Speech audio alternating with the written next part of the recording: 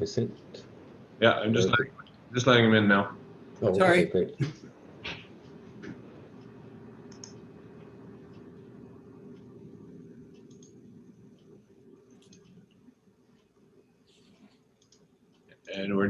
And we're streaming the live to YouTube as well for the public now. So whenever you're ready. Great, thank you. Okay, call the meeting to order, and if I could have the recorder on, please. Yeah. Welcome, Tim, and welcome back, Dwayne. Prior to today's meeting, the board met in closed session to review and discuss matters that, in their opinion, fell under Section 35, Article 4 of the Police Services Act, and as per the Owen Sound Police Services Board bylaw, number 2019-01, Section 19.1, closed items. Moving on to approval of the agenda. I have a motion for that, please. It's Ian, I'll move it. Okay, thank you. Seconder? I'll second. Thank you, Joe. Garth, all in favor? Yes, sir. John, in favor? Yes. Thank you. Carried. Item number 3, declaration of conflict of interest arising out of the minutes and matters listed on the agenda. Hearing none. Wasn't aware of any presentations, deputations, and public questions period. That's seeing none, we'll move on. Confirmation of the minutes of the public session held March 24th, 2021. So moved. Thank you, Garth. Yes, sir. Seconder? I'll second. See you. Thank you. Jill? Yes. John? Yes. Thank you. Carried. Moving on to business arising out of the public session minutes of March 24th. Hearing none. Correspondence received. First item up is court security and prisoner transportation program for 2021. This item, some of you may remember, was also on the City Council agenda on April 19th, 2021, under report CR-21-041, under which the City Council directed staff to bring forward a bylaw to authorize the Treasurer to execute the funding agreement with the Ministry of the Solicitor General. And just coming out of that report, some of the historical funding when it started back in 2012 was $61,324, moving up to a high in 2019 of $454,519, and for fiscal 2021 it's now down to $403,984. The city report went on to say that under the communication strategy, that staff at the City of Owen Sound and the Owen Sound Police Services continuing to engage with both the county and the province to discuss how fund cost sharing and funding models may accurately reflect the burden of costs associated with court security and prisoner transport services. Chief, is there any items that you'd like to speak on this? Yeah, so I've received, this is for the 2021 entitlement, and the same time we submitted for 2022 or 2020 costs to move forward for next year. And there's been some questions as a result of COVID and the definitions of bringing those individuals, keeping them in our cells as opposed to taking them up to court. So we're presently in discussions with the Ministry of the Solicitor General to discuss the criteria, and we're looking at that. There's a possibility that the funding could go down as a result of an interpretation, but we're still working with the ministry on that, and we'll keep the board informed as things progress. Great, thanks, Chief. Anyone else have any other comments on this item? Next item. Sorry, John. Yes. If I could interrupt and just add also from the city perspective, the Association of Municipalities for Ontario meets every August. We have an opportunity to come on delegation to various ministries at that conference. The delegation timing for us to submit to request a delegation is June 4th. I'm going to be requesting that we put in a delegation to meet with the appropriate ministers and their offices on this matter, and I'll be reaching out to the chief in the next week or two to discuss. And so we'll have another good opportunity to be at a table discussing this in front of the province. Excellent. That's great news, Tim. Thank you. Any other comments on before I move on? Okay, next item was a private citizen compliment. We received an email from a private citizen complimenting Natalie for civilian staff on how she had been instrumental in getting this person's record check completed within 1 day. So hats off to Natalie. Moving on to item number 8, Chairman's Report. Just a reminder that the board training dates with Dwayne is May 18th. At this time, it looks like training will be by Zoom. And I'm assuming Dwayne will send out Zoom meeting invite, or would you like the police services to do that for you, Dwayne?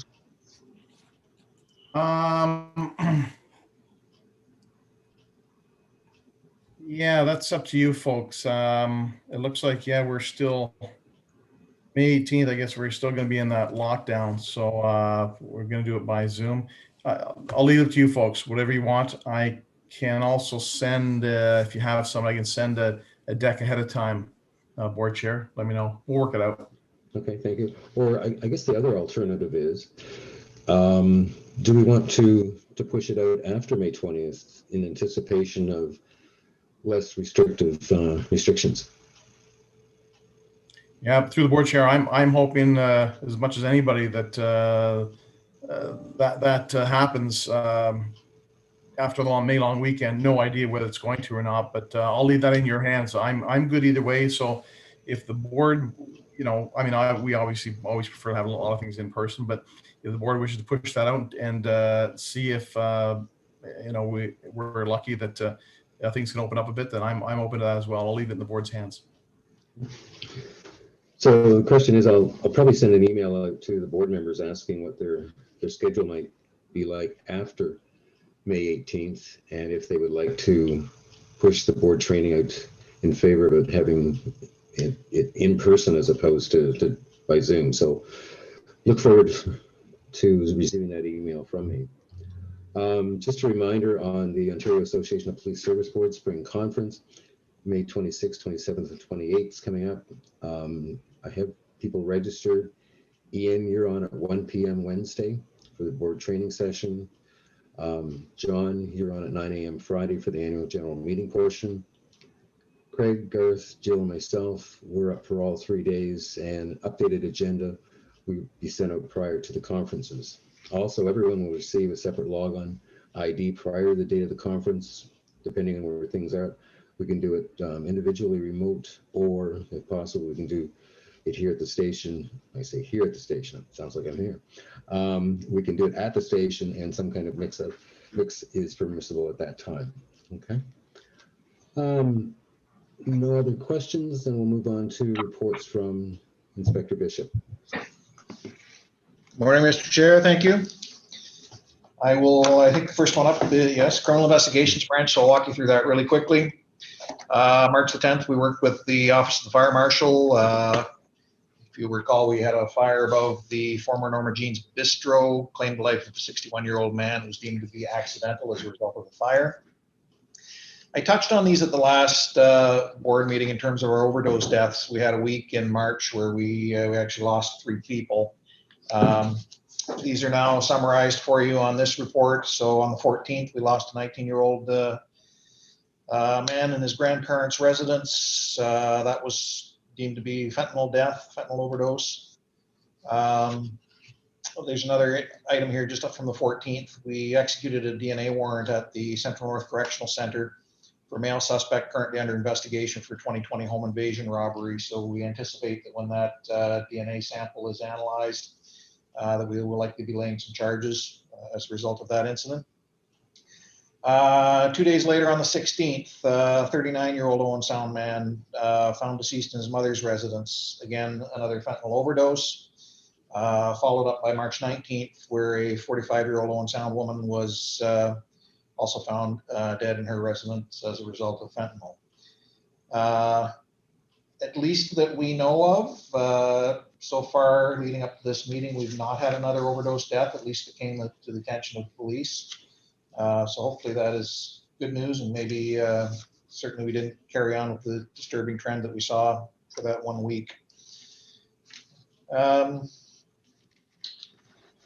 Detectives worked on a large-scale lottery fraud through the month of March. It was actually one that we see fairly frequently in terms of elderly persons being duped out of some money. So in this particular case, an elderly victim was convinced that he won $80 million in a number of luxury vehicles in a lottery.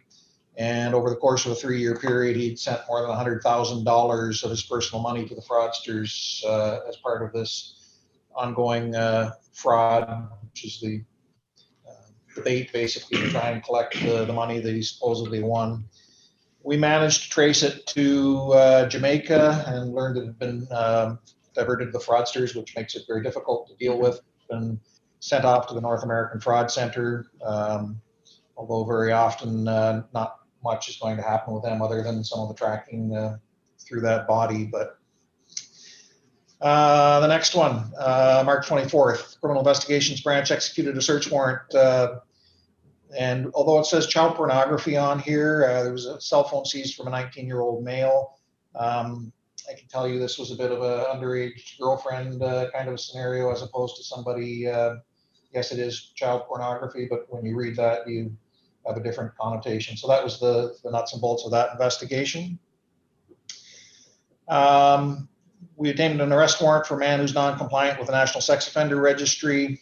He's accused of domestic assault as a result of a recent investigation. We believe that he has left the Owen Sound area to evade arrest. So an additional charge and the arrest warrant currently issued for that male. One of our detectives is also one of our use of force trainers. So Detective Houston was tied up for a lot of the month conducting use of force training for all of our members after the COVID-19 exemptions or deferrals were lifted, and we had to get everybody done fairly quickly. And one other thing that's been going on here in the service, I think we've spoken about it before, but detective of the officers that participated in a new sort of cooperative mentorship program that we have going on with Georgian College and Police Foundation students. So they're struggling a little bit with the same as everybody else, where they're no longer doing in-person classes. So a lot of the stuff is being done remotely. So kind of a new program that they introduced there was to team up some of their more advanced students with some of the active police officers to work on a project together. So we had a couple of our patrol officers and also Detective Hartley teamed up with some of the students. They work on the projects with them. Students do a presentation and the officers are invited back to assist in evaluating those presentations. So the feedback on that was fantastic so far. I expect it's going to continue. Probably not an awful lot of time that's being invested by us, a few hours for each one of them, but also great opportunity for us to have a look at some of the students and see what's coming up through the chain. So that worked out well. Absent any questions, I'll move on to the drug investigation component. Right at the start of the month in March, we worked with the Hanover Police Service to arrest a Chesley man, believed to be trafficking fentanyl and methamphetamine across Grey and Bruce counties, both locations, including here. Search warrant was obtained for his vehicle and his hotel room in Hanover. We've seized a quantity of methamphetamine, illegal cannabis, and a prohibited knife. 6 criminal charges laid. March 3rd, arrested a 46-year-old Owen Sound man. We were conducting surveillance because the man was driving despite being prohibited from driving for life. Search of the driver resulted in a seizure of 38 grams of crystal meth, 4 grams of fentanyl, and $745 in proceeds. Total street value of the drugs is around $5,500, and he's been charged with respect to that. Towards the end of the month, a fentanyl methamphetamine investigation was finalized with the arrest of a Brampton resident. This is the one that you probably saw with the media, along with the photographs of what was seized, loaded 45 caliber semi-automatic handgun that he was carrying around in a shoulder holster at the time of his arrest. Numerous rounds of ammunition, and he also had with him 2 loaded pistol grip pump action shotguns, as well as ammunition belts, shotgun rounds, police body armor, an expandable baton, and he was carrying around cash and drugs in the neighborhood of about $7,500. More concerning, or to add to that, this was a gentleman that had been charged previously in 2017 in Owen Sound for possession of explosives, and as well as drugs back at the time as well. So that male is named in the report with charges. I'm speaking with Inspector Flooney and the chief. I think for next month we're going to bring something forward just as a bit of a teaser, just to speak to some of the concerns that we're seeing with the seizure of firearms. We've got a number of active investigations going on right now too, that they're sort of pointing to a more concerning trend for us. When you look at the Runner's Den robbery that we had a number of months ago that was armed, as well as a number of seizures that we're now seeing connected to the drug trade here. And the other concern is we're seeing a number of criminals that are not necessarily Owen Sound criminals. They're coming up from the larger metropolitan areas and being caught here. But again, it's guns and drugs that we haven't probably seen to this extent in the past. So you can look forward to that coming for next month. Just to clarify, it wasn't Sorry, yeah, it wasn't the Runner's Den itself. It was the apartments above. I should clarify that. For our drug overdoses, with the 3 that we added in March, we're now sitting at 6 overdose fatalities here in Owen Sound for so far in 2021. Any questions? Those are the reports. I will move on to the auxiliary then. If that's the next one you have on your list, Fred. Okay, so for the auxiliary unit, again, as you've heard for many months now, the auxiliary unit is still restricted from doing ride-alongs with the officers, but they are starting to see some limited opportunities for some community engagement. So in March on the 6th, they assisted with an outdoor event hosted by the United Way, which was a Pokemon Go Community Day. It was an outdoor event. Our officers who were there with some of our swag items to be able to hand out some educational material on distracted driving and impaired driving. So that was done outside in a safe manner. March 26th and 27th, the auxiliary unit partnered with a Metro grocery store for another food drive to support the Salvation Army. 304 prepackaged bags were sold, totaling about $2,200 in grocery items. So that was good to see. And for March, that amounted to 42 hours of community service volunteered by our auxiliary members. So, absent of any questions, that's the auxiliary report.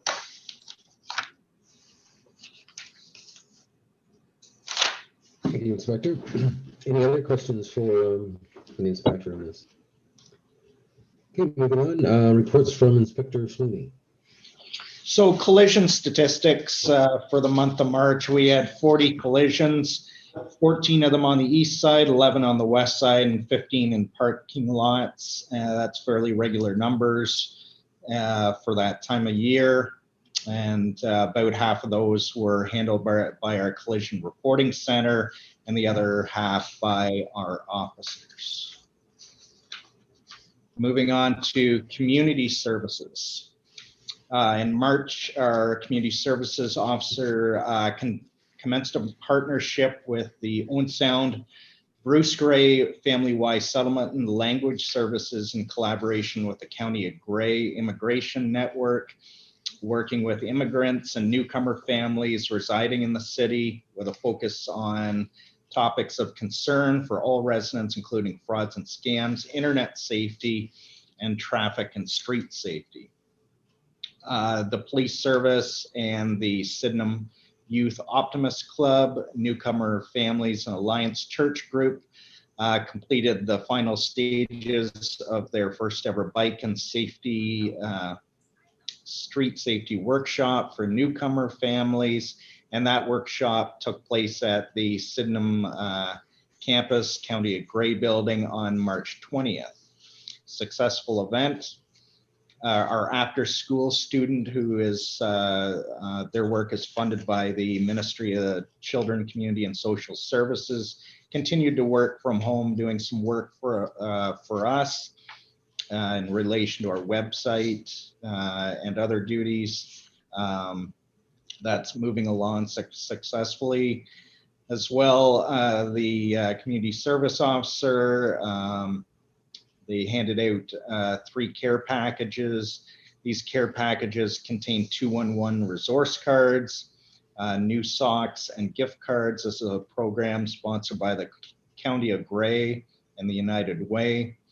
And also our MHeart program was involved in this, handing out these packages to homeless, street-involved, disenfranchised youth and individuals with mental illness.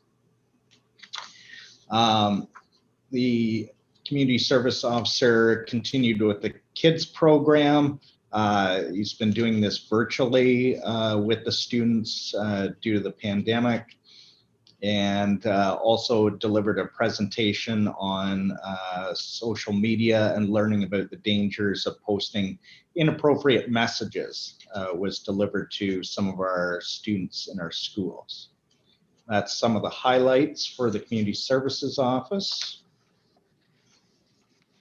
Moving on to lost hours and training. During the month of March, 9 members reported sick, and that was 554 hours total.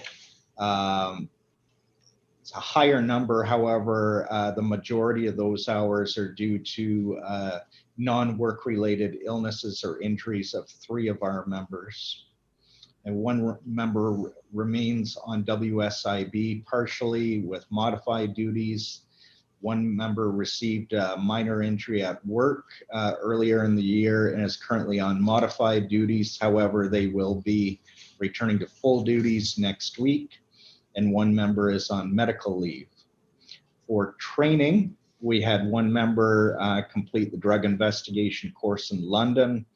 Our new recruit constable was at the police college, however, was sent home to do virtual learning due to a COVID outbreak at the college. However, they have since returned to the college to complete their studies this month. And 2 members continued with in-house communicator training, and 1 member is being trained in switchboard. Moving on to traffic enforcement and patrol activities for the month of March.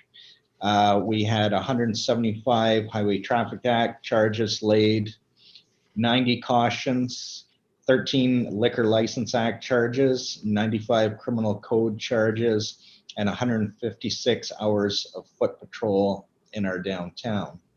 There were 17 on-duty ride checks, and 1 impaired charge was laid during regular patrols. That concludes my reports. Thank you, Inspector. Any questions for Inspector Fleeney? Hearing none, we'll move on to report from Director of Civilian Services. And are you doing that today, Dave? Yes, I'll be covering off Director Fleeney's reports. Let me see what order you have them in here. So for taxi bylaw, actually that one, Fred, is 2020s, which is in there for comparison. The 2021 numbers, you'll see 10 new taxi licenses issued. I asked a question about that because it is a little bit high, and it's believed to be, again, we saw a spike last month, and it's I think it's to do with the new provision for the ride share programs being licensed up, so it's not out of the ordinary. We had 1 adult entertainer licensed. There was a little period in April where they did reopen. I believe they're shut down again, but they've been closed and opened a number of times as they follow through with the provincial guidelines. So that's the taxi bylaw. Which one do you have on next? Courts. Right, courts. Courts have continued on with the trending that we've been seeing for a number of months now, where again, the courts are for the most part moved to video and audio appearances. So 73 persons appeared by audio. Only 1 person transported for custody last month. And you'll see year over year, we're down slightly in our number of special constable hours. So that also speaks to the discussion we had earlier with the chief with regards to the court security funding. And then our last report is on records, which is our local criminal records checks. We're still maintaining our 1 to 2 week timeframe for getting them back, which is a little bit better than we were at last year, where we were taking on average 3 weeks. And you'll see from that letter from the public that we do sometimes get them out very quickly, where Natalie was complimented for getting one out in a day for somebody that needed it. Good thing to look at on the bottom there, 6,146 bulk searches completed in March 2021 in comparison to 2,400 done last year in 2020. That is the good news story, as those are revenue generating, and that again is when we discussed putting our cell monitors in place, that is the offset for the cell monitors. So it's good to see those numbers continuing high where they are. So, absent of any questions, that is Director Clooney's reports. Thank you, Inspector. No questions. Moving on to Director of Corporate Services, and I presume Chief Ambrose should be doing that. Yeah, that's correct. So the CAD business tools, our last upgrade continued to be down, and we submitted a ticket with their with the Ontario government provider, but we pulled off some information in the interim. Our call statistics for March 2020 compared to March 2021. 2020 there were 1,294 total calls, and in 2021 1,501. So it's a significant increase. Really, it's across the board, and they're all different call types, but over 200 calls for service, an increase in the month, year to date, year to year. And that equates to a 5.19% increase so far for 2021, as we've gone from 3,852 calls at the end of the 3 months to 4,052 calls, which is significant in the fact that February was lower this year, 1,239 compared to 1,154 this year. So there's about an 80 call difference. But what's driving that, I would suggest, is that recently with the changes as a result of the COVID restrictions, we've been getting a high volume of calls into the police service relating to enforcement of the order and requesting enforcement of the EMCPA and the ROA. So we've had officers assigned to doing a number of those by telephone, and then we've also had our officers on the road going out dealing with those as well. So that is the call comparison month to month, year to year. Anybody has any questions? Thank you, Chief. Any questions for Chief Ambrose? Moving on to report from Information Technology, and Chief, will you be doing that? I can do it. Jeff's going to look after that. Okay. So for information technology for the month of March, they completed the Coburg Dispatch RFP for renewal of dispatch services, completed the Perth County Fire RFP. They began work on the Grey County countywide radio system for fire. They're doing some work on the West Grey and Hanover police radio systems, security audit for Saugeen Shores, work on the backup communications center up at the Works facility, and also completed a mapping project for Chatham-Kent Police Service. And that concludes the IT report. If there's any questions. Thank you, Inspector. Moving on to item number 14, financial reports from the Chief. Yeah, so going through the financial reports, you'll see that our variance is just under where we should be for this time of year in 2021. I have gone over this extensively with Director Allen at the city, financial at the city, to go through as part of a new process where we're meeting once every 3 months to go at the end of each quarter to go over where we sit, and especially in a COVID year, where there's a number of other areas within the city that are suffering and not meeting their, because of closures, not meeting what their anticipated budget would be. So we're keeping a close eye on this, and having gone over it with her, she expects us to be under budget by the end of the year, given everything that we've done thus far, and predicting out for the future. There are some highlights that I'll go over, and that is our wages are down slightly in police officers. That's due to some longer term vacancies and absences, and then being covered off by other means. That's a slight decrease under the 3,100. Our capital assets, we haven't purchased everything for this year, but we anticipate that we will, and that will balance out. Our civilians are show slightly over, but again, as I explained last month, some of our dispatch revenue hasn't been accounted for yet. Our actual wages dispatch, and because of it's heavily weighted towards wages, our dispatch wages, our part-time wages, and overtime wages. Our overtime is higher, but our part-time and full-time wages are below budget, so it will balance out at the end of the year as well. And moving to court security, our full-time special constable wages are lower. I have to check on that because there's some it's well below what it should be, and I just noticed that when I was preparing for the meeting on Monday. And but regardless, we haven't yet seen a government grant go into there yet for the first quarter, so that's why the number seems to be quite a bit higher than what our budget period is to this year, where it should actually be lower. So going through that with Kate, we don't see any concerns, and subject to any questions, I would move to payment of the accounts for approval in the amount of $54,725.98 for the month of March.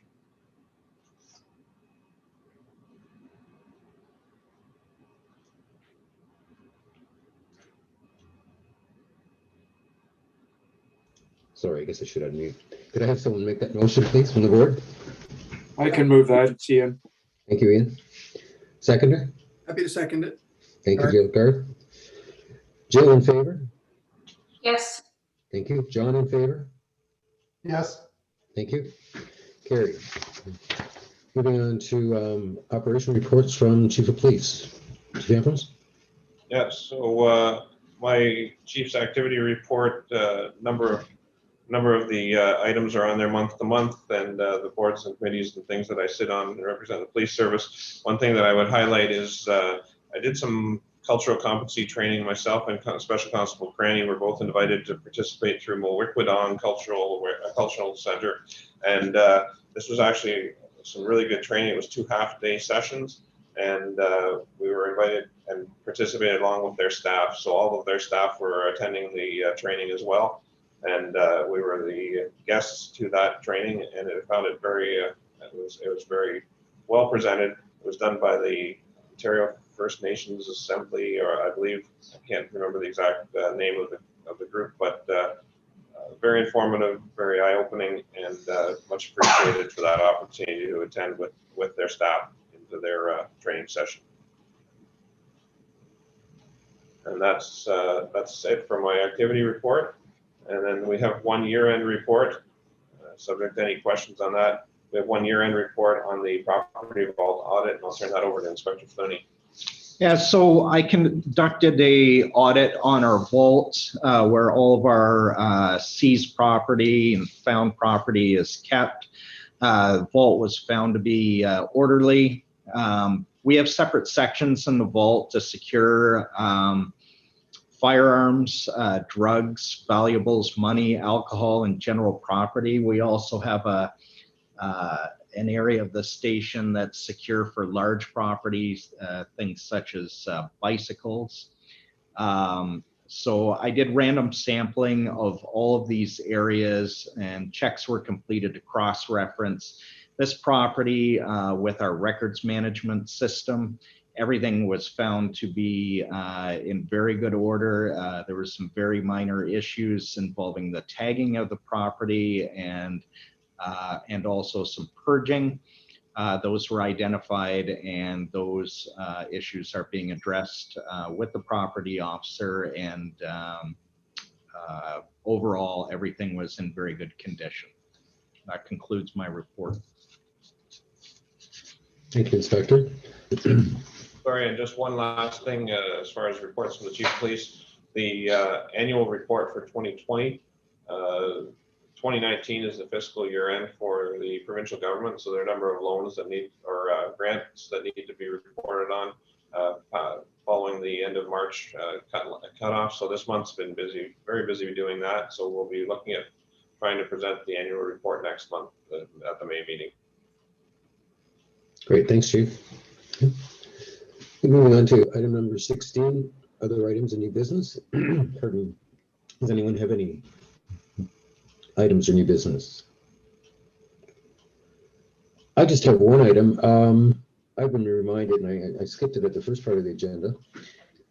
The Community Safety and Wellbeing Plan, we did have a rep from Police Services Board. Marion was a rep in the past. And do we want to appoint a replacement for that position on the Wellbeing Plan? Any comments from anyone? Or should I say volunteers? I'd maybe have a question for Craig on that. Now that the report is written and it's more into process, is it still necessary to have somebody from the board or our staff, being him, I guess, or the inspectors, are they more involved now? How much of it is still necessary?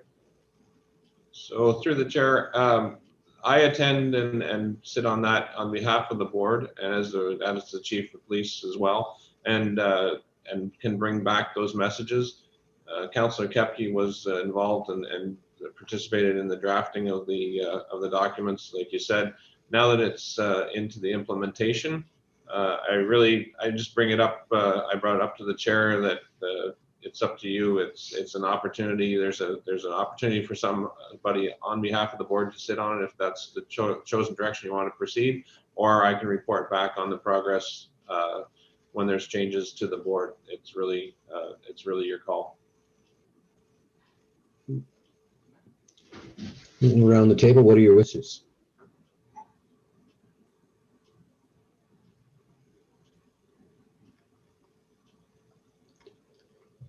I defer to the group. I have no thoughts, John. Thank you, John. Appreciate that.